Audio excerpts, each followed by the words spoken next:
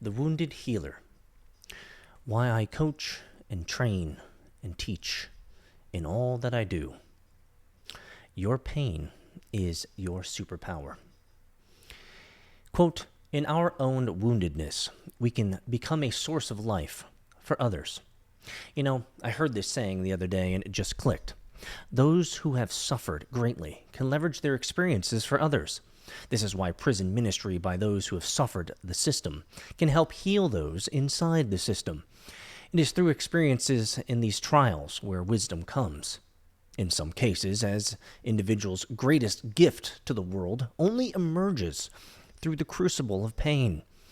We all know the stories, we all have heard the tales, we all know how the story ends, and it's all true.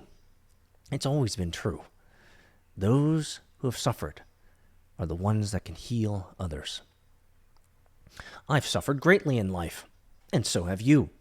I'm only 4 decades deep, but yet at some points I feel like I've lived an eternity.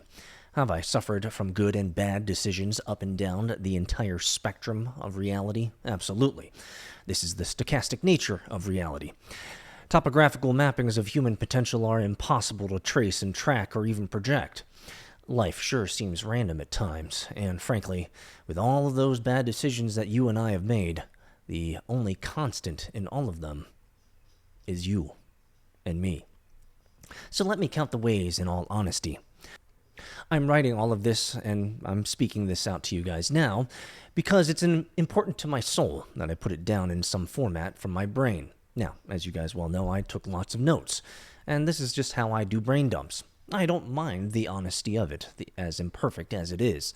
And frankly, since I'm well aware that there is nothing new under the sun, my experiences aren't unique or even story-worthy, but it's my story, and I don't mind sharing.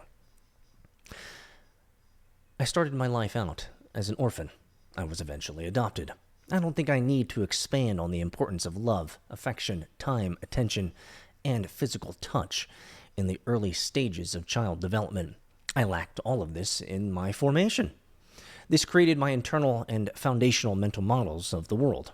You're alone. It's not them. It's you. You must survive. And finally, nobody's coming to save you. I got to meet lots of police in my younger years and court. If you're a wise business person, you'll do a background check on people you put money into. You should.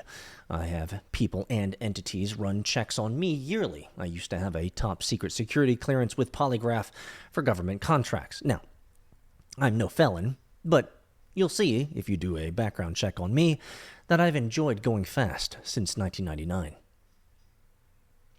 I've had people steal from me and cheat me. I've lost more money than I can ever admit. 99% of the time, it's always bad judgment in character. Period. The investment opportunity may sound good, but for fuck's sake, do the extra diligence. I have a lot of ego. I do. I have a lot of ego around how much data I pull when I make decisions. You guys who have been following me, you know this. And you know what? I have been screwed in every single one of the deals where I cut corners on diligence. It's always 110% my fault. Every single time. I've had terrible business deals. Once again, character. I'm glad that I have Agile and Scrum as a mechanism to learn things fast and build anything. However, learning character requires touching skin and face-to-face time. I now have a new rule and rubric that I must be willing to fly out to meet that person before I actually sign anything. So far, it's helped reduce a lot of FOMO in the last 5 or 7 years. I've been fired from clients. I've had contracts cut short. I could blame my autism for the reason why I'm so blunt and candid. However, I have learned to be more caring in my approach with clients, even though, truth be told, I have had a client let me go because they said that they didn't like my autism.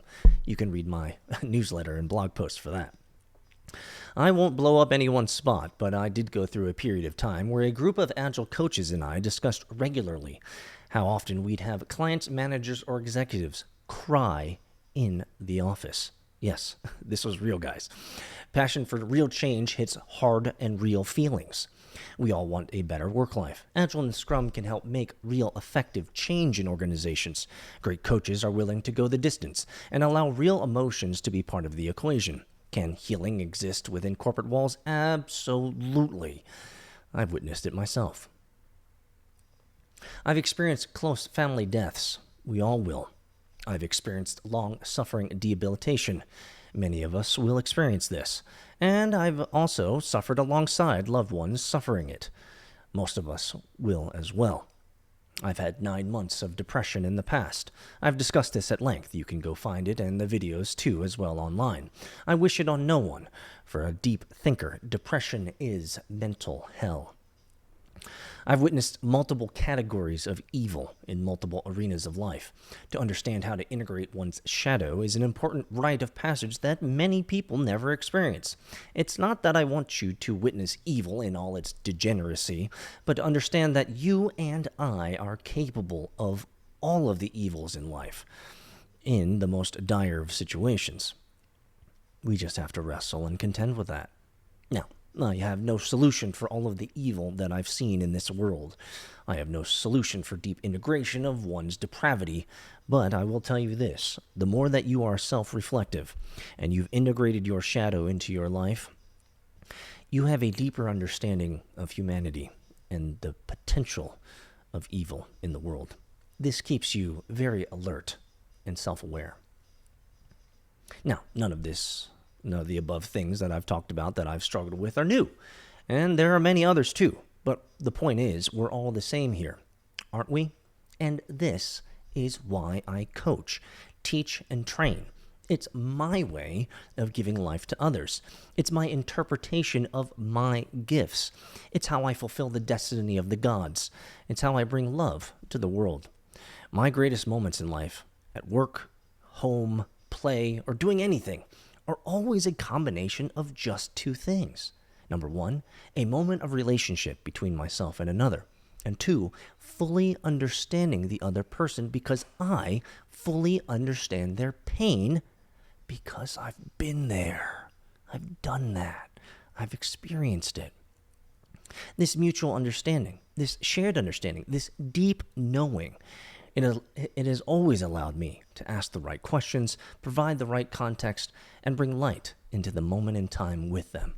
I've seen this pattern time and time again. I'm blessed to have 2 children who allow me to reflect my patience in understanding their growing pains as they go through teenager years. I do very much enjoy conversing with my children. From what I understand, it ranks top function of parents that help determine the trajectory of your progeny. TLDR, you should be talking to your kids all the time. Now, building companies and investing in companies have allowed me a very quick feedback cycle of win or learn many times over the decades of work. Oh man, the suffering was great. Thanks to building startups and investing in startups, I get to feel the entire cycle of pain quite quickly and multiple times throughout the year. But the lessons learned were even tastier. Isn't that what life is all about anyway? Relationships with other people, after all. You see, we all have gifts. How we interpret our gifts through the lens of our suffering will provide your gifts the deeper value that you can provide to you, your family, friends, clients, or strangers. The Took Too Long Did Not Read TLDR of all of this blog post is simply this. I've suffered a lot in bad business relationships, not doing my homework, willingness to be honest, delivery has improved though, and a worldview that I'm alone all the time. However, my superpower is my willingness to share my experiences through my work and life. It has allowed me deeper relationships that matter and help me provide even better and deeper value to the people I serve. I coach, train, and teach as a passion because that is the way that I have leveraged my pain. Your pains are your superpowers. Give the gift of life to others. All the best. And if you like the way I'm fighting injustice, remember to like and subscribe.